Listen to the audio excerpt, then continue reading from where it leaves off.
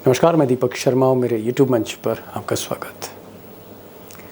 दोस्तों, हरियाणा में आज कयामत की रात है। कयामत की रात है, या यूं कहिए बस एक ही रात बची है और युद्ध की सारी तैयारियां करनी है, सारी तैयारियां करनी है। लेकिन असली सवाल ये है कि कुरुक्षेत्र के इस युद्ध को आखिर में जीतने कौन जा रहा है, कांग्रेस या बीजेपी? मतलब राहुल गांधी या नरेंद्र मोदी? अब दोस्तों, अलग अलग चैनल अलग अलग असेसमेंट कर रहे हैं। कोई कह रहा है कांग्रेस को इतनी सीटें मिल सकती हैं, बीजेपी को इतनी सीटें मिल सकती, लेकिन जो इनसाइड स्टोरी है, युद्ध के सीधे भीतर से जो स्टोरी है वो ये है कि ये पूरा मुकाबला, ये पूरी जंग 25 सीटों में उलझ गई है। आप कह सकते हैं 90 में से 25 सीट पर बहुत ही कड़ी टक्कर है, कांटे की टक्कर है। कहीं कांग्रेस और बीजेपी का सीधा मुकाबला है, कहीं कांग्रेस और अदर्स का मुकाबला है, कहीं ट्रायंगुलर फाइट है। और फाइनल क्वेश्चन ये है कि ये जो 25 सीटें हैं, ये जो 25 सीटें हैं जो फंसी हुई हैं अब तक, इसमें ये देखना होगा कि कांग्रेस कितनी जीत रही है, कांग्रेस को कितनी लीड मिलती है, बीजेपी इस 25 में से कितनी जीतती है, और इसी 25 के चंक में अदर्स कितने ले जाते हैं, यानी छोटी पार्टियां कितने ले जाती हैं। मान लीजिए कि अगर कांग्रेस इन 25 सीटों में 15 सीटें ले जाती हैं तो फिर कांग्रेस को कोई हरा नहीं सकता 8 अक्टूबर को। यानी आप कह सकते हैं कि अगर ये 14-15 सीटें इस चंक में कांग्रेस ले गई तो कांग्रेस बहुमत के काफी ऊपर जा सकती है।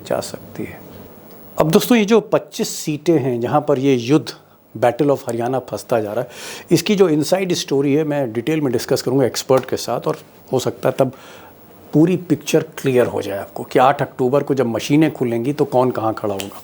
लेकिन प्रोग्राम के आखिर में, इस वीडियो के आखिर में, मैं ये भी आज बताने जा रहा हूँ एक्सपर्ट के ज़रिए कि कांग्रेस कितनी सीटें, आज की जो स्थिति है, क़यामत की रात में जो तैयारियाँ चल रही हैं, कांग्रेस कितनी सीटें ला रही है, 90 में से कितनी सीटें मिल रही हैं, क्या प्रचंड बहुमत की तरफ बढ़ रही है, बीजेपी कहाँ पर खड़ी है, कितना जा सकती है आगे, कितना आगे जा सकती है। अमित शाह और मोदी जो आखिरी वक्त पे जो पूरी कोशिश कर रहे हैं, कहाँ तक बीजेपी जा सकती है, और अदर्स की क्या भूमिका होगी। मैं डिटेल में सारा असेसमेंट, सारा आकलन आपके सामने रखने जा रहा हूँ कि पिक्चर एकदम क्लियर हो। अब दोस्तों, 5 अक्टूबर को वोटिंग के दिन एक और इम्पॉर्टेंट इशू है, मुद्दा है, वो ये है कि कितने लोग घर से बाहर निकलते हैं मशीन दबाने के लिए, बटन दबाने के लिए, और उनका परसेंटेज क्या है, कितने परसेंट वोटर निकलते हैं वोट डालने के लिए, वोटिंग परसेंटेज क्या है, वोटिंग प्रतिशत क्या है। ये बहुत कुछ डिसाइड करेगा कि कांग्रेस कहाँ तक जा सकती है। क्या कांग्रेस की हवा आंधी में तब्दील हो रही है, ये भी पता लगेगा वोटिंग परसेंटेज से। जैसे मिसाल के तौर पर बीजेपी को जब सबसे ज़्यादा वोट मिले वो 2014 में थे, जब मोदी जी ने अपना कैंपेन प्रधानमंत्री का रेवाड़ी हरियाणा से शुरू किया था, तो उन्होंने हरियाणा भी जीता। लोकसभा तो जीती, हरियाणा की विधानसभा भी बहुमत के साथ जीती। और 2014 में जो वोटिंग परसेंटेज था वो 76.54% था। आप कह सकते हैं 77% ऑलमोस्ट। बीजेपी 47 सीट ले गई, कांग्रेस को 15 मिला। 2019 में यही वोटिंग परसेंटेज घट गया और बीजेपी भी घट गई। आप कह सकते हैं कि बीजेपी बस हारते बच गई, 40 सीट मिली। कांग्रेस डबल मार्जिन कर ली, 15 से 31 पर पहुंची। अब 2024 में ये जो क्वेश्चन मार्क है, वोटिंग परसेंटेज क्या बताता है, इस पर भी मैं आगे बात करूँगा। आप भी इस पर नज़र रखिएगा क्योंकि वोटिंग परसेंटेज में बहुत कुछ छुपा हुआ है। अब दोस्तों, सबसे बड़ा सवाल कि हरियाणा की हार जीत क्या तय करने जा रही है। और यहाँ पर मैं एक बार फिर से दोहराना चाहूँगा, रोज़ दोहरा रहा हूँ, फिर दोहरा रहा हूँ कि हरियाणा को आप छोटे स्टेट की तरह मत आंकिए। भारत के मैप पे, नक्शे पर हरियाणा को आप छोटे स्टेट के तौर पे बिल्कुल मत लीजिए, बड़ी गलतफहमी होगी।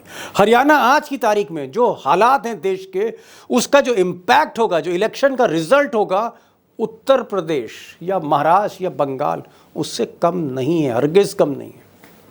और इसीलिए मैं कहने जा रहा हूँ कि हरियाणा की हार दिल्ली दरबार को हिला भी सकती है।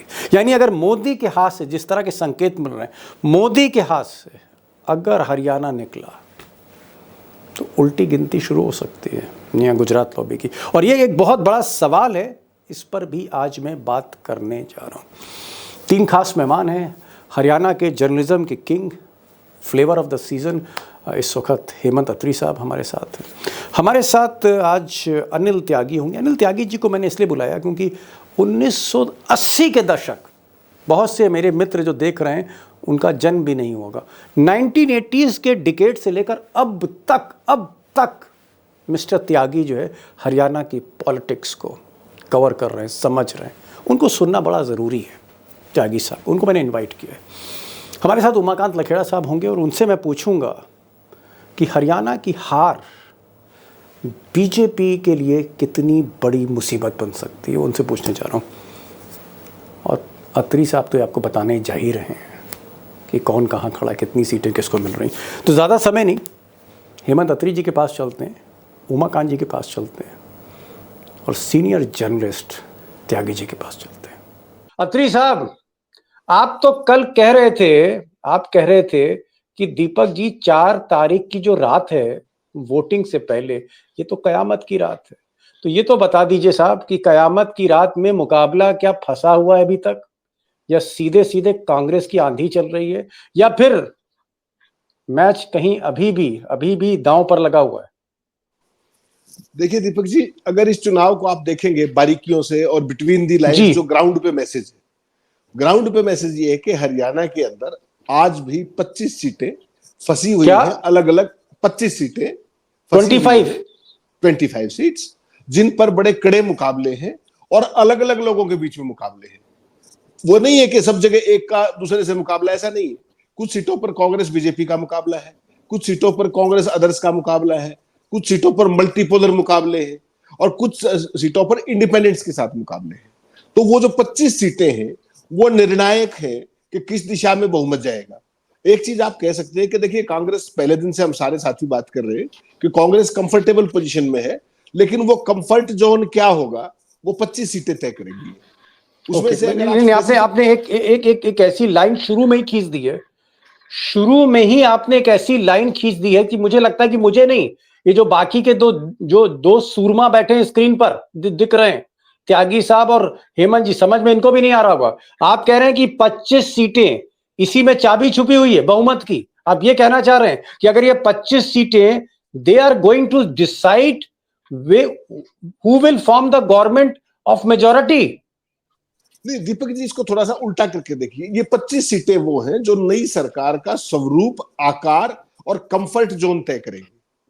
हरियाणा के अंदर कोई व्यक्ति ये नहीं कह रहा कि हरियाणा में सत्ता परिवर्तन नहीं हो रहा है। Everybody is convinced on that score. ये वो 25 सीटें हैं जो मोदी जी की जो इच्छा है, जो अमित शाह की जो इच्छा है, जो हमारे जो कृषि मंत्री होते थे जेपी दलाल, उनकी जो इच्छा है, उनकी इच्छा को आगे बढ़ाएंगी या उनकी इच्छा सदा के लिए दफन हो जाएगी इन 5 साल के लिए। ये वो थोड़ा ब्रेकअप देंगे, ये जो 25 सीटें फंसी हुई हैं, कौन सी सीटें, कुछ भाई तस्वीर तो खोलिए अत्री साहब, कब तक सस्पेंस? नहीं, बिल्कुल सस्पेंस नहीं दीपक जी, सस्पेंस तो खोल दीजिए, खेल खोलिए ना फिर। अरे पत्ते खोल के रखिए महाराज। देखिए, हरियाणा के अंदर दीपक जी आज की तारीख में 14 सीटों पर कांग्रेस और भारतीय जनता पार्टी का सीधा मुकाबला है जो फंसी हुई है। 14 सीटों पर आप कहो तो मैं नाम बता देता हूं उनके। हाँ, नाम बता दीजिए। हाँ, ये 14 सीटें हैं: घरौंडा, कोसली, सोनीपत, बाढ़ा, तोशाम, करनाल, फरीदाबाद, बरवाला, इसराना, गोहाना, बड़खल, नीलोखेड़ी, बावल और आदमपुर। और इसमें सारे स्टार्स हैं आपके।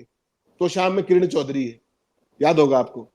अब किरण चौधरी जो है, आदमपुर में भव्य बिश्नोई है। उस तरह के जो लोग हैं उन सब की सीटें फंसी हुई है। ये वो सीटें हैं जो कांग्रेस और उसके बीच में फायरस लड़ाई, जिसको कहते हैं ना, भीषण लड़ाई है, और यहाँ पे पासा किसी भी तरफ जा सकता है। उसके बाद आप आ जाइए, हरियाणा के अंदर 4 सीटें ऐसी हैं दीपक जी जिन पर तिकोने मुकाबले हैं। तिकोने, वो तिकोने कौन कौन से हैं? बीजेपी, कांग्रेस एंड अदर्स, कोई भी जीत सकता है। उसमें जो सीटें हैं, पानीपत रूरल, आपको पता है कांग्रेस का वीक कैंडिडेट था वहां पर। उसके बाद वहां पर तिगांव सीट है फरीदाबाद की। उसके बाद बहादुरगढ़ सीट है झज्जर की, और उसके बाद सोहना सीट है गुड़गांव की। इन 4 सीटों पर कोई भी जीत सकता है, ट्रायंगुलर मुकाबला है। फिर आप बात करिए, ऐसी 3 सीटें हैं जिसपे कांग्रेस और इनेलो का भी मुकाबला है, बहुत टफ। और वो सीटें हैं डबवाली, फरीदाबाद एनआईटी और यमुनानगर। और उसके अलावा 4 सीटें ऐसी भी हैं जो अब, क्योंकि आपने 25 कही तो मैं 25 का हिसाब दूंगा आपको, दे दीजिए हिसाब, दे दीजिए साहब, दे दीजिए। 4 सीटें और हैं जिसमें बीजेपी मुकाबले में नहीं है, कांग्रेस वर्सेस अदर्स है। और वो कौन सी सीटें हैं? नंबर 1 महम, बलराज कुंडू। नंबर 2 पे हिसार, सावित्री जिंदल। नंबर 3 पे गन्नौर, देवेंद्र कादियान। और नंबर 4 पे जगाधरी, आम आदमी पार्टी। तो अलग अलग जगह के अलग अलग खेल, और इन सीटों से ये तय होगा कि क्या कांग्रेस पार्टी की लहर है, आंधी है, तूफान है, सुनामी है या स्मूथ है। इन 25 सीटों का परिणाम डिसाइड करेगा लार्जर पिक्चर। बड़ी बात अत्री साहब ने कही। अत्री साहब ने कहा 25 सीटें बहुत क्रूशल हैं, 25 सीटों पर ये मुकाबला फंसा है और ये 25 सीटें तय करेगी कि कांग्रेस क्या 50 के ऊपर जा रही है, 55 के ऊपर जा रही है, क्या कांग्रेस एक प्रचंड बहुमत की सरकार बना रही है। ये 25 सीटें डिसाइड करेगी और ये 25 सीटें ये भी डिसाइड करेगी कि क्या बीजेपी बाउंस बैक कर सकती, कम से कम 20-25 के आसपास जा सकती है कि नहीं, बीजेपी की इज्जत बचाने की कोई गुंजाइश है कि नहीं। बहुत कुछ तय होगा, लेकिन जो मेरा असली सवाल आज अत्री साहब से होगा, आज तो अत्री साहब कयामत की रात है, तो सवाल भी कयामत का है आज। और सवाल ये है, अभी से मैं कह रहा हूं, आप मेंटली प्रिपेयर हो लीजिए। सवाल ये है कि कांग्रेस को कितनी सीटें मिल रही हैं, बीजेपी को कितनी सीटें मिल रही हैं, ये दोनों पार्टियां आज की तारीख में कहां खड़ी है। और मैं ये भी पूछूंगा आपसे कि मोदी के चांसेस क्या हैं, क्या हरियाणा वो जीत ले जाएंगे या राहुल गांधी मुट्ठी से हरियाणा छीनने जा रहे हैं, सब मैं पूछूंगा आपसे। लेकिन मैं जरा त्यागी जी के पास आ रहा हूं। त्यागी जी, अगर 25 सीटें फंसी हुई हैं तो हम क्या माने कि कांग्रेस के लिए बहुत डगर आसान नहीं है, कांग्रेस को वोटिंग के दिन मेहनत करनी पड़ेगी। देखिए क्या है दीपक भाई, इससे पहले इस बहस को आगे बढ़ाएं, मैं एक खाका आपके सामने रखता हूं ताकि वोटर्स को ये पता चले कि पिक्चर क्या है डाटा वाइज। इस समय हरियाणा में 2,03,54,350 वोटर हैं और लगभग 1,09,217 आर्मी पर्सनल के वोट हैं जो कि बैलेट से आएंगे। ये ध्यान रखिएगा। और 1,031 कैंडिडेट हैं जिनमें 930 पुरुष हैं, 101 महिलाएं हैं और 2014 में 76.5% वोट पड़े थे और 2019 में 68.31% वोट पड़े थे। और आप आज की डेट में जो फर्स्ट टाइम वोटर है हरियाणा में वो 5,24,514 वोटर इस समय है। हरियाणा में 90 विधानसभा सीटें हैं और 17 रिजर्व सीटें हैं। दर्शकों को ये बताना खाका बहुत जरूरी है कि हम किस फ्रेमवर्क में बात कर रहे हैं। और इस फ्रेमवर्क में अगर बात करें तो जो आपने सवाल उठाया, तो हरियाणा में जो हेमंत अत्री भाई ने कहा कि 25 सीटें पे झगड़ा है, निश्चित रूप से ये फाइट है जो अभी तक खबरें आ रही हैं, लेकिन ये कांग्रेस के 52 के बाद 25 सीटें हैं। कांग्रेस 52 पे आ रही है, कांग्रेस की क्लियर मेजोरिटी है, इसमें कोई संदेह नहीं है। इसमें किसी को डाउट हो तो मैं चुनौती देने को तैयार हूं। चुनौती देने को, चैलेंज देने को तैयार है। अनिल त्यागी चैलेंज देने को तैयार है। वो अनिल त्यागी जो 1980 के दशक से हरियाणा की रैलियां कवर कर रहे हैं। आप सोचिए दोस्तों, बहुत से ऐसे हमारे दर्शक होंगे जो हमारे अनुज हैं जो पैदा नहीं हुए होंगे जब से वो रिपोर्टिंग कर रहे हैं। उनका ये कहना अनुमान है, असेसमेंट है कि कांग्रेस आज की तारीख में 50+ पर खड़ी हुई है और ये 25 सीटें मैं आपको गिनवाता हूं। देखिए, अंबाला की 9 सीट, 9 में से 7 सीट अंबाला में आ रही हैं। कुरुक्षेत्र में 9 में से 6 सीट आ रही हैं। करनाल में 9 में से 7 सीट आ रही हैं। 21 सीट हेमंत अत्री मुझे करेक्ट करेंगे, जो ओल्ड रोहतक रीजन है जिसमें 21 सीटें हैं, उसमें से लगभग कंफर्टेबली 15 सीटें तो आ ही रही हैं। फरीदाबाद की जो 9 सीटें हैं उनमें 6 सीट कांग्रेस की क्लियर है, 3 पे फाइट है, 2 पे कंफ्यूजन है। ये सारा हरियाणा का सिनेरियो है, समझिए। मैं कह रहा था कि 24 घंटे भी अब तो नहीं बचे, एग्जिट पोल आ जाएगा साहब, दूध का दूध पानी का पानी कल होगा, कल फिर आप होंगे और सर, कल फिर हम दूध लोग का खुलकर दूध, बात पानी का पानी करेंगे। तो मैं आपसे कर रहा हूँ, एग्जिट पोल तो कल आएंगे, मैं तो आपको एग्जिट पोल अब बता रहा हूँ। सर दूध तो आने दीजिए कढ़ाई पे। अरे हिसार अनिल जी, भिवानी और कढ़ाई पे दूध तो चढ़ने दीजिए, फिर दूध का दूध पानी का पानी। अरे कढ़ाई तो अभी कढ़ाई तो रखी जाए, कल कढ़ाई तो रखी जा दो रही है दूध की। कल कल तो शाम सुनो को ध्यान करिएगा से। दूध का दूध पानी का पानी। मैं जरा लखेड़ा साहब के पास आ रहा हूं। सवाल मेरा यह है कि अत्री साहब ने और त्यागी साहब ने कहा कि भैया ये तो एक तरफा लग रहा है, एक आंधी टाइप की लग रही। मेरा सवाल सिर्फ ये है कि मोदी और शाह, चंद्रगुप्त मौर्य और चाणक्य, क्या इन्होंने हथियार डाल दिए हैं कुरुक्षेत्र में? हथियार डाल दिए, सरेंडर कर दिया, मैदान नहीं छोड़ नहीं दिया, खत्म हो गया खेल इनका? या खेल नहीं बचा है कुछ? नहीं, अभी बंदूक जो पे कुछ गोली गुजरात बची है अभी? ये जो गुजरात कंपनी है, गुजरात कंपनी असंभव को संभव करने की माहिर खिलाड़ी है और ये आखिरी गोली तक लड़ाई लड़ने के माहिर हैं। 5 साल 7 साल पहले गुजरात का जो चुनाव हुआ था उसमें नेक टू नेक थी कांग्रेस, नेक टू नेक, और ये बोला जा रहा था कि इस बार कांग्रेस सरकार बनाएगी, लेकिन इन्होंने पूरा बहुमत नहीं मिला था, पूरा बहुमत नहीं मिला था, 99 पर अटक गई थी बीजेपी 200 में से, और इन्होंने तिकड़म चला के ईडी सीबीआई तमाम तरह के लोग लगा करके अपने साथ भी कांग्रेस में दल बदल करा करके सब खेल कर दिया। इस बार जो है हरियाणा इनके हाथ से निकल चुका है, ये बात पक्की है, लेकिन इनके पास जो दूसरी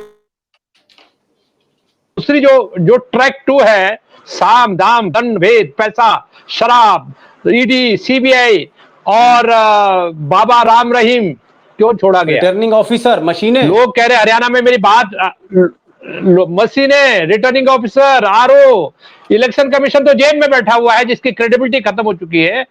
और एक तो और दूसरा, आज मेरी हरियाणा 2 जगह बातचीत हुई, दोनों जगह लोगों ने कहा कि भाई साहब ये बताइए कि ये जो राम रहीम है इसको क्या बिना डील के छोड़ा गया?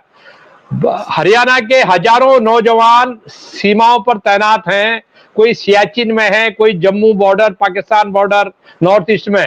अब आप ये बताइए कि सीमा के जवान को साल भर में छुट्टी मिलती है और यहाँ राम रहीम को साल भर में 4-4 5-5 जो है उनको छुट्टियां मिल गई है, बाहर पेरोल मिल गया है। तो ये जो कृपा बरस रही है, इस कृपा पर भी तो आप ध्यान दीजिए कि ये जो शिफ्टिंग है, ये जो चीजें, जो साधन झोंके जा रहे हैं, जो मतदाताओं को, वोटर को प्रभावित करने के लिए बेहिसाब पैसा बहाया जा रहा है, छापेमारी चल रही है। और आप, मजेदार बात यह है कि मेरे यादगार में और मेरे पत्रकारिता के जीवन में इतना पैसा मैंने हरियाणा में बहते हुए नहीं देखा। रैलियां मैंने बड़ी बड़ी देखी हरियाणा में, लेकिन पैसा पानी की तरह बह रहा है।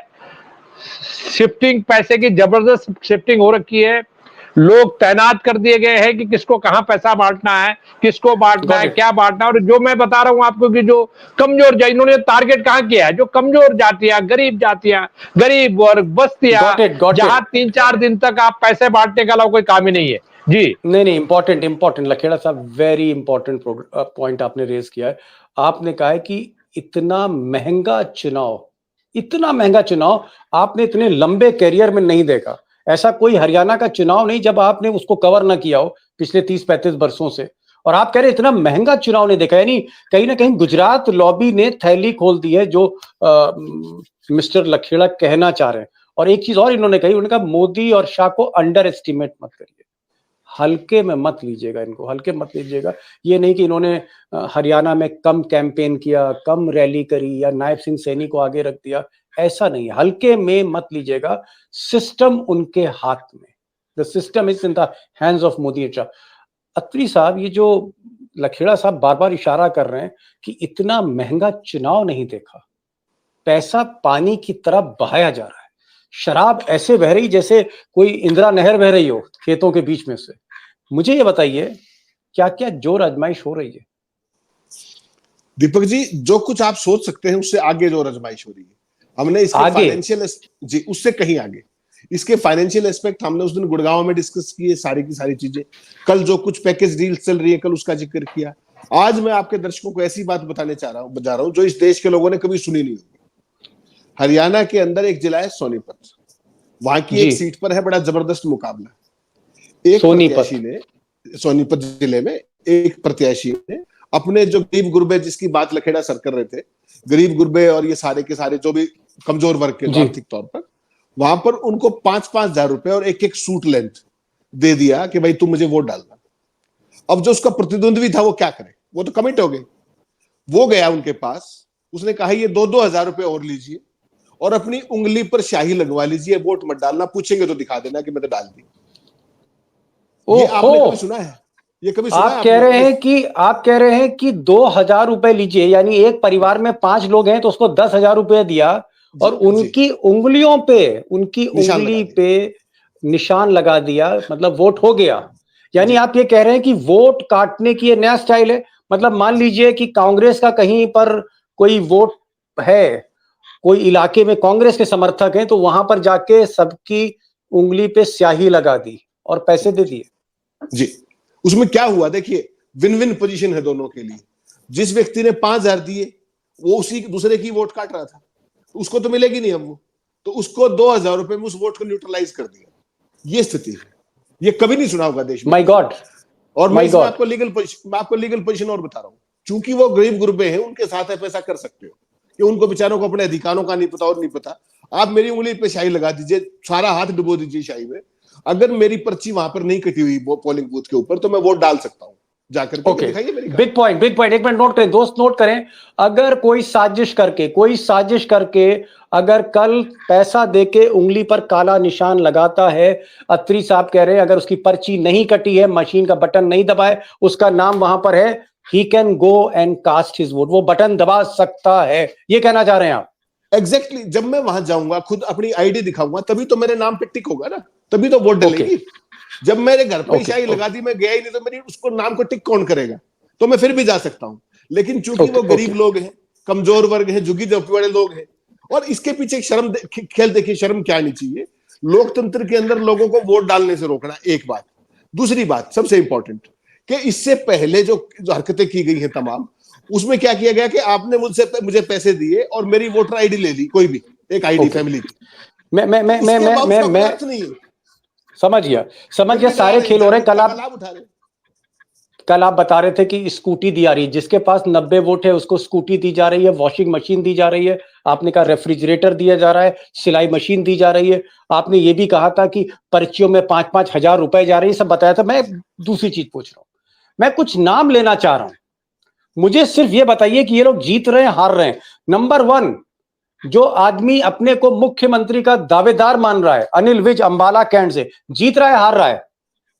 दीपक जी, वो बुरे तरीके से फंसे हुए हैं। अनिल विज फंसे। नायब सिंह सैनी लाडवा से चुनाव लड़ रहे हैं, कांग्रेस इनको फाइट दे रही है। फाइट नहीं दे रही, बुरे फंसे हुए। Vinesh Phogat, champion of champions, Vinesh Phogat का मुकाबला है, कड़ा है, लेकिन वो निकल जाएंगे आखिर में। Shruti Chaudhary, if I am not wrong, Kiran Chaudhary की बेटी। श्रुति चौधरी का अपने भाई के साथ, चचेरे भाई के साथ बहुत टफ कंपटीशन है, और उन दोनों का चुनाव, अनिरुद्ध चौधरी और श्रुति चौधरी का चुनाव, एक तीसरे पे डिपेंड करता है, वो है मिस्टर तंवर। ओके, सीट फंसी हुई है। एलानाबाद से अभय सिंह चौटाला, द चौटालास, अभय सिंह चौटाला। देखिए, कल तक ये लग रहा था कि Abhay Singh Chautala will sail through very smoothly, लेकिन आज जो खबरें आ रही है कि अभय चौटाला के लिए इतना केक वॉक नहीं है, वहां पर मुकाबला है। अरे अत्री साहब, किसी को जिता भी दीजिए, सारी सीटें फंसवा रहे हैं आप तो। चलिए भूपेंद्र सिंह हुड्डा बता दीजिए। It's a foregone conclusion. Tyagi साहब, आप ही बता दीजिए हुड्डा के बारे में। मार्जिन का है और कुछ नहीं। त्यागी साहब, वहां कैंडिडेट ही नहीं है, तो चुनाव क्या है? एक तरफा चुनाव है वहां। एक तरफ वो महिला है, उसको कोई जानता ही नहीं, मंजू हुड्डा है शायद, जो उनके खिलाफ लड़ रही। अत्री साहब, हाँ, मैं अभी अत्री साहब को बताऊं। त्यागी साहब, एक चीज और बताइए। त्यागी साहब, आपने तो इतना काम किया, इतना काम हरियाणा में आपने किया, ये बताइए, कैप्टन अभिमन्यु सबसे पैसे वाले, हरियाणा में पैसे का और छोर नहीं साहब, और छोर नहीं, असली बादशाह है पैसों का, धन कुबेर के लिए, धन कुबेर कैप्टन अभिमन्यु जीत रहे हैं हार रहे हैं, आपके पास क्या फीडबैक है मिस्टर त्यागी? टफ है, मुश्किल है, फंसे हुए हैं। Mister Atri, he saying tough. बिल्कुल, फुल्ली एग्री। हाँ, टफ है। मिस्टर उमाकांत, कैप्टन अभिमन्यु के लिए चुनाव टफ। देखिए, बड़े जो करेक्टर हैं बीजेपी के, उसमें कैप्टन अभिमन्यु भी हैं, उसमें बिज भी हैं, उसमें लाडवा से मुख्यमंत्री भी हैं। ये सारे लोग फंसे हुए हैं और इस सरकार में जो मंत्री हैं उसमें 90% से ऊपर मंत्री, पिछली बार तो 10 हारे थे, इस बार हो सकता है कि सारे के सारे हार जाएं, इंक्लूडिंग मुख्यमंत्री जी। मैं शुभकामना दे दूंगा, लेकिन यह है कि ऐसा ना हो कि मंत्रिमंडल जीरो हो जाए। तो ये जो चीज हो रही है, क्योंकि हरियाणा, एक मिनट, विनोद शर्मा जी की पत्नी और कार्तिक की मां कालका से शक्ति रानी भी फंसी हुई है। बल्कि मैं एक किस्सा सुना दूं दीपक जी, बड़ा मजेदार है। पुरुष भान एक एमएलए होते थे, माइंड माफिया के किंग थे, कालका से चुनाव लड़े। हरियाणा में ऐसे चुनाव होते हैं। उन्होंने वो सर्किट हाउस में गए और जितने ब्लॉक थे सब प्रधानों को बुलाया, बोले ये जीप है और ये 50,000 रुपए है, जीत जाऊं तो जीप रख लेना और 50,000 रुपए खर्च कर लेना, हार जाऊं तो मेरी जीप वापस कर देना। आपको पता है थंपिंग मेजोरिटी से जीता था वो आदमी। मतलब प्रधानों से कहा कि जीप लो 50,000 रुपए और ये पैसे खर्च करना, जीत जाऊं तो जीप रख लेना, जीप रख लेना। अरे अत्री साहब, अब जरा एक और नाम बता दीजिए, मेरा फेवरेट, जिसका मैं इंतजार कर रहा हूं। हालांकि एंकर को पर्सनल नहीं होना चाहिए, लेकिन थोड़ा सा पर्सनल, मेरी भी प्रेफरेंस है। I am also a human being. Gopal Kanda, mister Kanda, जूते बेचने वाले, चप्पल बेचने वाले, जूते की दुकान, और जूते की दुकान से एयरलाइंस खरीद ली, हवाई जहाज खरीद लिए, कैसीनो चल रहे हैं गोवा में, होटल, प्रॉपर्टी, लैंड बैंक, सब कुछ। गोपाल कांडा को लोग कह रहे थे किंग मेकर है। गोपाल कांडा चाहे तो सरकार गिरा सकता है, गोपाल कांडा चाहे तो सरकार बना सकता है। ये नायडू है, ये नीतीश कुमार है हरियाणा का। जरा बता तो दीजिए गोपाल कांडा का हाल क्या है। 100% हार रहे हैं, 100%। साहब कल आप कह रहे थे कि जो 50 करोड़ खर्च करेगा, जो 25 करोड़ खर्च करेगा, पैसे का बोलबाला चल रहा है। अब आप कह रहे हैं कि गोपाल कांडा ही हार रहा है। उस लाइन को दोबारा सुनिए, उसमें मैंने ये कहा कि अगर वो 100 करोड़ खर्च दे तो भी हार रहे। हरियाणा में ऐसे लोग भी। त्यागी जी, गोपाल कांडा 100 करोड़ भी खर्च कर दें तो भी हारेंगे। हालांकि इलेक्शन कमीशन की सीमा 90 लाख है, लेकिन ऑफ द रिकॉर्ड 100 गुना ज्यादा खर्च कर दे तो भी हार रहे। क्या 100 करोड़ खर्च करने के बाद भी हार सकता है कोई आदमी, मिस्टर त्यागी? सिरसा का जो कॉन्स्टिट्यूएंस है उसमें अभय चौटाला और कांडा और जो दूसरी ताकतें हैं उनका रोल है, और ये दुर्भाग्य होगा अगर गोपाल कांडा वहां से जीते, क्योंकि सिरसा की बड़ी विगरस प्रॉब्लम्स है।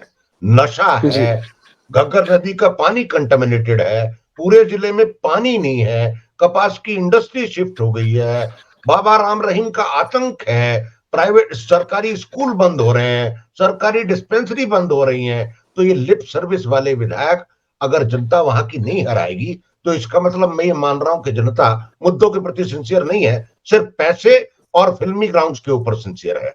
हरियाणा में जो चिंतन होना चाहिए सिरसा की कॉन्स्टिट्यूंसी के लिए, और वो कलंक है अगर गोपाल कांडा चुनाव जीतता है। गोपाल कांडा जैसे आदमियों को हराना, सिरसा में हराना सिरसा की जनता का कर्तव्य है, मैं आपको बताऊं। ओके, बड़ी बात त्यागी साहब ने एक लंबी लाइन खींची। दीपक जी एक लाइन मैं और कहूंगा। वहां की जो मैंने आज बात की, क्योंकि मुझे पता था आप स्पेसिफिक फायर करेंगे, मैंने वहां पूछा उनसे कि भाई दिक्कत क्या है, पैसा खर्च रहा है सब। उन्होंने कहा साहब देखिए नॉन अवेलेबिलिटी और नॉन एक्सेसिबिलिटी है। मैंने कहा जी वो कैसे? कहते वो तो रहते ही बाहर है, विधायक की जरूरत हमें सिरसा में, गोवा कौन जाएगा, दिल्ली कौन जाएगा। सबसे बड़ी प्रॉब्लम ये भी है उनके साथ। देखिए थोड़ा, हालांकि वो तो गोवा से सीधा चंडीगढ़ जाते हैं और चंडीगढ़ से गोवा, सिरसा तो और हरियाणा का तो मतलब ही नहीं है। सीएलयू खड़ा है और गोवा वापस अपने। अरे भाई जिसके पास इतने जहाजों का बेड़ा हो, हवाई जहाज का, वो जमीन पर कैसे चलेगा? अत्री साहब कुछ तो प्रैक्टिकल होइए थोड़ा सा अप्रोच में। अब छोड़िए, खैर अब ये बताइए, मुझे ये बता दीजिए, अग्नि परीक्षा का राउंड है, फाइनल राउंड, उसके बाद त्यागी साहब से कमेंट लूंगा और मिस्टर लखेड़ा से भी पूछूंगा। ये बताइए कि इस वक्त आपका दिमाग क्या कह रहा है? कल तो मैं आपको ग्रिल करने जा ही रहा हूँ, क्योंकि कल एग्जिट पोल भी आ जाएंगे और आपका ग्रिलिंग सेशन कल रात में होगा। उसकी आप भी तैयारी करिए, मैं भी तैयारी करता हूँ, और दो गवाह हमारे साथ बैठे हैं, मिस्टर त्यागी और लखेड़ा साहब। मैं आपसे पूछ रहा हूँ, क्योंकि अब दिन बहुत कम है और आपने चैलेंज दे रखा है, आपने चैलेंज दे रखा है कि जो मैं बोलूंगा उसको 8 तारीख को मशीन खुले तो मिला लेना, ये आपने बोला है। जी मशीन खुले दीपक बाबू तो मिलाना जो मैं कह रहा हूं। जी। अब बताइए, बोलिए साहब, मशीन को मिलाने के लिए मैं बेताब हूं। देखिए बोलिए, ये जो कांग्रेस कितनी सीट? ये जो अपनी बात हुई थी ये 5 तारीख की शाम के लिए हुई थी कि शाम को जब पोलिंग के ट्रेंड्स आ जाएंगे उसके बाद अपन एक फैसले पे पहुंच पाएंगे कि ये संभावित संख्या है, उसको 8 अच्छा, तारीख कल को मिला बताएंगे आप। लीजिएगा रिजल्ट से। वो ये बात हुई 5 थी। को चलिए। Let's be a bit reasonable, जब वोटिंग हो जाएगी तभी बात करेंगे। नहीं ठीक एज है, ऑफ नाउ मैं माफी मांगता हूं, आपने 5 तारीख कहा था, मैं उसको 4 तारीख बोल गया। चलिए 4 तारीख का ही बता दीजिए। चलिए 5 तारीख का बताइए देखिए, एक बात जो सर, आज की 4 स्थिति का है, बताइए ना। आज आज की 4 तारीख में तारीख है, आज बताइए कल आज क्या दीपक जी होगा। आज की तारीख में स्थिति यह है कि अगर कांग्रेस पार्टी कल हरियाणा में, बहुत बड़ा पैमाना होगा कि वोटिंग परसेंटेज क्या होता है हरियाणा के अंदर, जो एवरेज में 2000 से लेकर के 2019 तक के फिगर्स मैंने आज बहुत डीप स्टडी किए। मुझे पता है कि आप मुझे बख्शेंगे नहीं, आप तो लाई डिटेक्टर मशीन मंगाने वाले हैं, मुझे तो किसी ने बताया। तो तो मैंने आज 2000 दो से लाई लेकर के, डिटेक्टर बैठे हैं साथ में, हाँ, तो ये 2 लाई 2000 से डिटेक्टर्स ही हैं। तो 2000 से लेकर के 2019 तक के एक एक आंकड़े का पोल परसेंटेज का मैंने वो सारा मैच किया।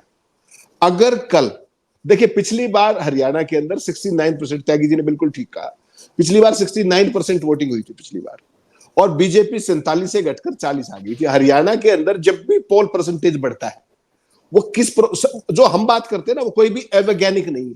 एक तो ये मानिएगा, वो डेटा बेस्ड है, रिसर्च बेस्ड है और एक्सपीरियंस बेस्ड है। कल मान लीजिए 69% पिछली बार पोल हुआ था, बीजेपी को सीट मिली 40, और कल मान लीजिए 76% वोट पड़ जाए, तो आप मान के चलिए कांग्रेस पार्टी क्या आती है। ठीक, ओके। अगर 71% वोट हुआ तो अलग फिगर होगा, अगर 73% वोट हुआ तो अलग फिगर होगा, और कहीं अगर 69% से नीचे पोलिंग होगी तो उसका बिल्कुल ऑल टुगेदर डिफरेंट फिगर होगा। ये मान के चलिएगा आप।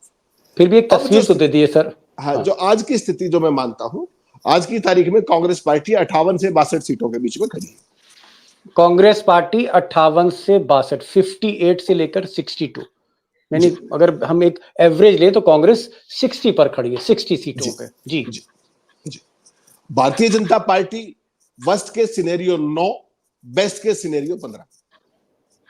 बीजेपी ये कह रहे हैं 15 तक जा सकती, 15 तक जा सकती। इस पर मैं लखेड़ा साहब के पास आऊंगा, क्योंकि लखेड़ा साहब थोड़ा सा मुझे लगता है कि मोदी और अमित शाह को आज अंडरमाइन नहीं कर रहे हैं। तो मैं इनसे पूछूंगा, इन्होंने कहा कि 9 से लेकर 15 के ऊपर मोदी जी का रथ नहीं जा रहा, ये कह रहे हैं। यस, कि मैं आपको बता दूं आपको कि बीजेपी को डे 1 से पता है कि वो हरियाणा हार रहा है, और अगर उनको ये नहीं पता होता तो वो मनोहर लाल जी को गायब नहीं करते सीन से। उनको पता था कि मनोहर लाल जी की शक्ल देख करके वोट ऐसे उड़ जाएंगे जैसे कबूतर उड़ता है, तो उनको दूर रखा, पोस्टर से दूर रखा, कहीं उनका फोटो नहीं है। अब देखिए, बीजेपी के पास बेशुमार संसाधन है, बेशुमार पैसा है, और मैनेजमेंट जबरदस्त है। आरएसएस काम कर रही है। मेरी रिपोर्ट मिली है कि आरएसएस ने काफी सीटों पर कंट्रोल किया हुआ है। जहां उनका मतभेद है वहां नहीं कर रहे हो काम, लेकिन वो कंट्रोल उन्होंने उनका, और आरएसएस बड़ा स्ट्रांगली एक्टिव है हरियाणा में, मुझे मालूम है इस बात का। लेकिन मैं एक बात बताना चाहता हूं कि जो इलेक्शन कमीशन आज तक, देखिए इतना पैसा बह रहा है पानी की तरह, इलेक्शन कमीशन ने कोई पैसा बरामद नहीं किया। ये देखो ना, चौंकाने वाली बात यह है कि इलेक्शन कमीशन को तो प्रोएक्टिव होना चाहिए। अखबारों की रिपोर्ट देख के, टीवी रिपोर्ट लेके के, डिबेट देख करके, सोशल मीडिया देख करके प्रोएक्टिव, और कम से कम 10-20 हजार करोड़ रुपए पकड़ना चाहिए छापेमारी करके। क्योंकि इलेक्शन कमीशन जब चुनाव होता है तो बीजेपी की सरकार थोड़ी होती है, इलेक्शन कमीशन के कंट्रोल में होता है। तो ये बड़ा रहस्य है कि इलेक्शन कमीशन क्योंकि बीजेपी के कंट्रोल में है तो कुछ होगा नहीं, कुछ होगा नहीं। तो यही सब आ रहा है, ये पैसा आ कहां से रहा है। मैं तो ये कह रहा हूं कि ये पैसा आ कहां से रहा है, कौन दे रहा है। जो कांग्रेस सत्ता से बाहर है 10 साल से, उसको तो कोई, उसने तो कोई इंडस्ट्री उसकी चल नहीं रही है। ये पावर को रिटेन करने के लिए खरबों रुपया जो बिछा दिया गया है घर घर में हरियाणा में, ये पैसा आ कहां से रहा है। कोई इस पर कोई प्रकाश डालिए, अगर कोई आपके दर्शक है, श्रोता है, ये आ कहां आ रहा है, क्यों दे रहा है ये पैसा।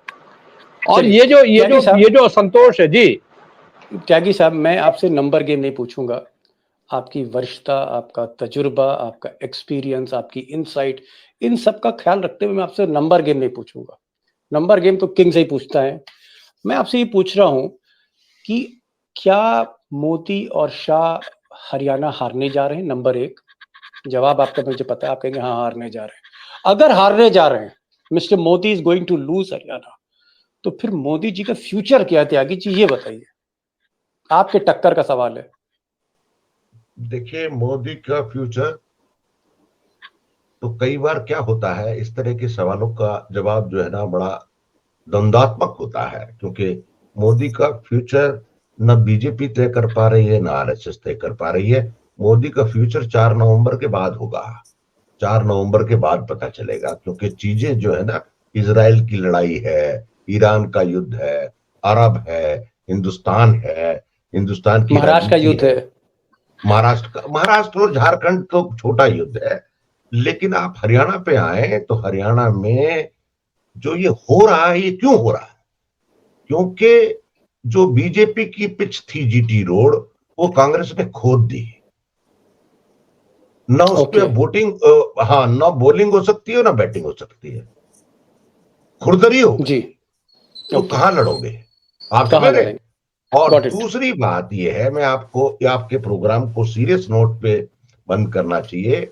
हरियाणा के लोगों को सोचना पड़ेगा कि आने वाले 20 सालों में सरकार का जो कल्याणकारी चेहरा है, शोषक चेहरा नहीं, वो बचेगा या नहीं बचेगा। सरकारी ओके नौकरी मिलेगी नहीं मिलेगी, डिस्पेंसरी मिलेगी नहीं मिलेगी, पानी मिलेगा नहीं मिलेगा, सड़क मिलेगी नहीं मिलेगी, 23 शहरों की जो म्युनिसिपैलिटी, वो सड़ने से बचेगी या नहीं बचेगी, ये सवाल ओके। हरियाणा के सामने है।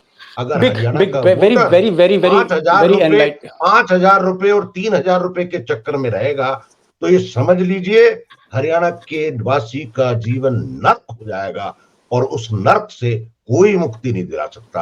हाँ, ना हवा मिलेगी बड़ी ना बात त्यागी पानी जी ने कही। मिलेगा। त्यागी जी ने कहा कि वोटिंग से पहले जो लिफाफा पहुंच रहा है जिसमें 3,000 रुपए होते हैं, उस 3,000 रुपए मत जाइए।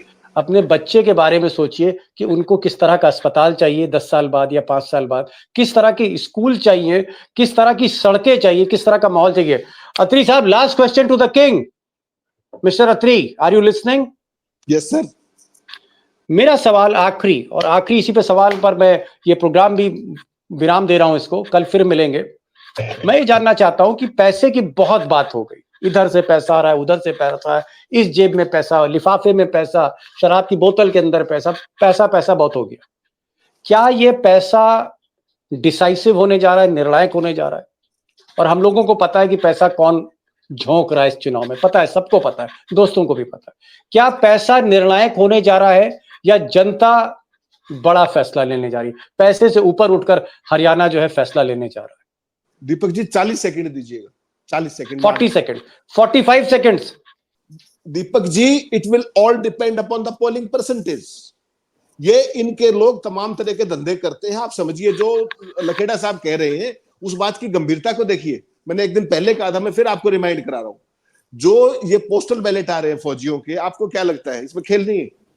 जो पार्टी दीपेंद्र को चुनाव हरा सकती है पोस्टल बैलेट्स के जरिए, बाकी तो बहुत छोटे कैंडिडेट है। उसका खेल सारा पोस्टल बैलेट में ही हुआ था, याद होगा आपको 2019 में। देखिए, साम दाम दंड भेद जो कुछ संभव है धरती पर, उसके लिए कोशिश करेंगे। एक नंबर 2, इनका जो खेल है ना, उसको देखिए दीपक जी क्या है। 2019 के चुनाव में 24 सीटें थी जो 5,000 से नीचे के मार्जिन में थी, और 5 सीटें ऐसी थी जो 1,000 से नीचे के मार्जिन में थी। तो हरियाणा के लोग उन सारी चीजों को नजर में रखे हुए हैं कि इनका हिसाब किताब इफेक्टिवली करना है। अब वो हिसाब किताब उतना इफेक्टिवली हो पाएगा या नहीं हो पाएगा, that will solely dependent upon the polling percentage. That's what I'm saying. got it. दीपक भाई बड़ा शैक्षणिक टाइम हो बहस रहा है। हरियाणा की जनता चुनाव लड़ रही है, बस। किल्ली ठोक देंगे, बस उनको किल्ली मतलब ठोक ही नहीं देंगे, है। किल्ली ठोक देंगे। चलिए, त्यागी साहब ने कहा कि किल्ली ठोक देंगे, और ये इसका मतलब क्या होता है तो बता दीजिए अत्री साहब। हरियाणा के बाहर के लोग किल्ली ठोक दे, क्या मतलब क्या है, बता दीजिए। कफन में कील जिसको बोलते हैं ना, उसको हरियाणवी में किल्ली ठोकना कहते हैं। Okay, last name okay okay, the last lane, ताबूत पे आखिरी कील, ये बोला त्यागी जी ने। बहरहाल आज अत्री साहब ये कह रहे हैं कि 25 सीटों पर मुकाबला फंसा है। त्यागी साहब कह रहे हैं कि हरियाणा इस बार एक नए तरीके का मन बना के आया है। अपने बच्चों के भविष्य के बारे में हरियाणा सोच रहा है, सड़कों के बारे में, अस्पताल के बारे में, जो ड्रग्स है उनके बारे में सोच रहा है, नशे के बारे में सोच रहा है, कैसे इन सब चीज़ों से आगे निकलना है। अपने बच्चों के लिए एक सड़क कैसे बनानी होगी आगे जिस पे बच्चे चलें। तो हरियाणा पैसों के प्रभाव में नहीं आएगा। उधर मिस्टर लखेड़ा ने कहा कि भाई कुछ भी हो दीपक बाबू, अमित शाह और मोदी को अंडरमाइन ना करना, सिस्टम अभी भी उनके हाथ में है। बहरहाल देखते हैं क्या होगा। और कल मैं अत्री साहब से मैंने पहले ही कहा कि अत्री साहब कल तो रूबरू हम लोग होने ही जा रहे हैं। दीपक जी एक छोटी सी स्पष्टीकरण देना चाहूंगा आपके दर्शक साथियों को, कोई कंफ्यूजन ना फैल जाए। इस सारी बहस में एक इंपॉर्टेंट चीज रह गई, माफी चाहूंगा। हमने केवल 25 सीटों का जिक्र किया जो फंसी हुई है, उनको बाकी चीजें भी बताने का हक है, उनका जानने का हक है कि वो बाकी सीटें कहां गई 90 में से। जो अभी अवेलेबल चीजें हैं, फैक्ट्स है, फीडबैक है, सारे साथी सहमत होंगे। 51 सीटों पर कांग्रेस पार्टी को 51 सीटों पर जो बाकी की हैं उनमें क्लियर लीड दिखती है 51 पर। 8 सीटों के ऊपर भारतीय जनता पार्टी को क्लियर लीड लगती है कि वो कंफर्टेबली निकाल सकते हैं इन सीटों को। और 6 सीटें ऐसी हैं जिन पर जो अदर्स हैं, इंडिपेंडेंट्स, इनेलो, अदर्स, आम आदमी पार्टी, उस तरह की सीटें 6 हैं। इस तरीके से ये 51 + 8 59 + 6 65 और वो 25, इस तरीके से ये डेटा 90 पे जाता है। तो दोस्तों देखते हैं, कांग्रेस 51 पे है, 55 पे है, 45 पे है, 60 पे है, 65 पे। कई आज फॉर्मूले हमारे सामने, कई आंकड़े सामने रखे गए। क्योंकि समय इतना कम है इसलिए मैं बहुत उसमें डीप में नहीं जा रहा हूँ, उन गिनतियों में डीप में नहीं जा रहा हूँ, क्योंकि असली गिनती मशीनों की 8 तारीख को खुलेगी और कल एग्जिट पोल आएंगे। एक रफ पिक्चर आपके सामने उभर के आएगी और तब हम फिर मिलेंगे। त्यागी साहब बहुत बहुत मेहरबानी, बहुत बहुत शुक्रिया। और आप आए, आप जुड़े और दिल से बात करते हैं। बाकी तो दुनिया जुबान से बोलती है, आप दिल से बोलते हैं और आवाज़ भी बड़ी आपकी धमकदार है। लखेड़ा साहब थैंक यू सो मच। और आपने जो बात कही मैं भी याद रखूंगा। मुझे लगता है भूपेंद्र हुड्डा को भी एक बार सोचना चाहिए आज कयामत की रात कि don't undermine Modi and Shah, they are the man who have got the system. और अत्री साहब आपके बारे में मैं जो कुछ कहूँ वो कम है। जिस तरह से आप बताते हैं ऐसा लगता है जैसे हनुमान चालीसा की तरह पूरे हरियाणा को कंटेस्ट कर लिया आपने, एक एक सीट कंटेस्ट है आपके पास। Thank you so much mister Atri, thank you so much mister Tyagi, thank you so much mister Umakant Lakheda, thank you so much.